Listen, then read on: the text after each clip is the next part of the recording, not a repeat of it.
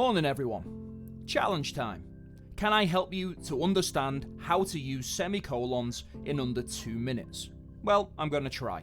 Check out the description for a link to the slides if you want them. Now, a semicolon is a punctuation mark that indicates a pause in a sentence.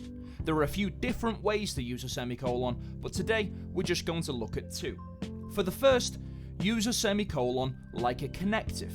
Take 2 simple sentences about a related topic, such as the example there. Swap the full stop for a semicolon and change the capital letter. You've now got a compound sentence with a semicolon. Nice and easy. If you find this video or this sort of content useful, why not click the like button?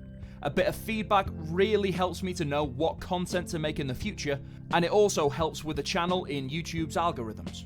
The second method is to use a semicolon with an integrated discourse marker.